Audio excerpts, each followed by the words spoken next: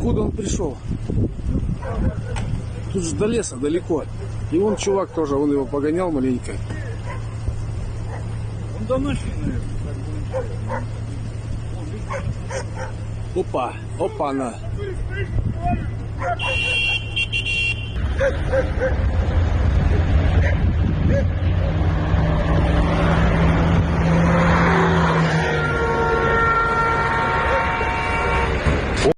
Автобус сбил.